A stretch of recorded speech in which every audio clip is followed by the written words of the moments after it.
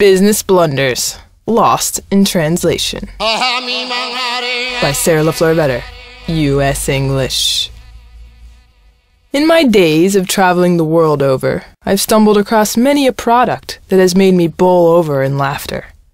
By far my personal favorite was a certain brand of laundry detergent I found in Uzbekistan. It had that standard rainbow-colored box that made you think your clothes would come out looking even brighter after being washed. Unfortunately, however, the product designers had chosen the word barf to represent their magnificent detergent. Without hesitation, I bought a box of barf to bring home to my family in America. There could be no better souvenir. It seems companies sometimes overlook what their product names mean once it's been translated into a foreign language, a mistake which can lead not only to a loss of profit, but a lot of laughs as well. It would appear that car brands suffer especially from this. For example, General Motors tried to market its new car, the Matador, based on the image of courage and strength. However, in Puerto Rico, the name means killer, and no one wanted to drive it. Ever driven on a Puerto Rican motorway? Take your own coffin is my advice. Similarly, Toyota didn't want to call their car the MR2 in France. Try saying it quickly with the French word for two, deux. Sounds like merde, doesn't it? And merde just so happens to mean crap in French.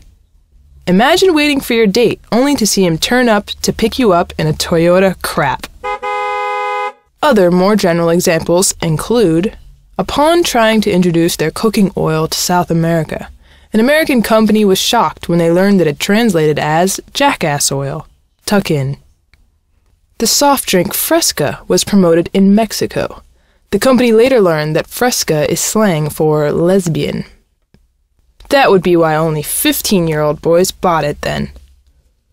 Kellogg's had to rename its Bran Bud cereal in Sweden when it discovered that the name roughly translated as burned farmer. I hope the Farmers Union heard about that product. So-called cross-cultural blunders can even occur between English-speaking countries.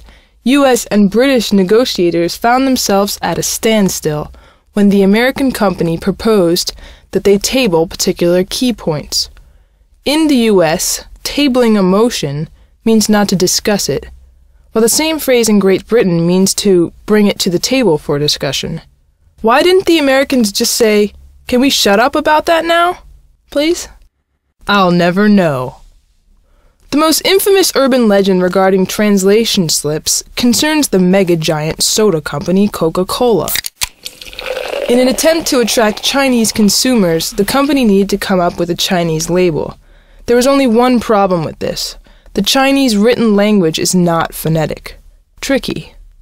So the boffins at Coke searched for a few months before coming up with a Mandarin phrase to allow the mouth to be able to rejoice.